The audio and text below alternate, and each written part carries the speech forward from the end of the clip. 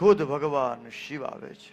શિવજી સુંદર બોલે છે કે દેવી તું પરણવા યોગ્ય રાજકુમારી છો, તો અહીંયા તપ શા માટે કરે છે? તને કઈ વાંધો છે?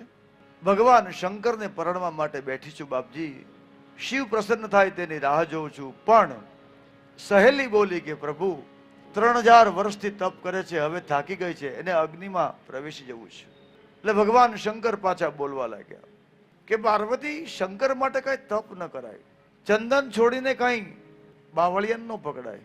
તો રૂપરૂપની રાણીની બેડોળ શિવ, તારા અંગમાં ચંદન, એના અંગમાં ચિતાની ભસ્મ, તું દિવ્ય આભૂષણ પહેરવા વાળી, ઈ સર્પોની માળા વાળા. ખૂબ શંકર વિશે બોલ્યા છે. એટલે ભગવાન તમે જતા રહો. હે મહાત્મા, તમે સાધુના વેશમાં આવ્યા છો, પણ તમે સાધુ કે બ્રાહ્મણ નથી. તમારા ડાબા ખંભા પર જનોય છે અને તમારો સાધુનો વેશ છે, એટલે હું તમને માફ કરી દઉં છું. પણ આ જગ્યાએ બીજો કોઈ હોય તો હું એનો શિરચ્છેદ કરી નાખું.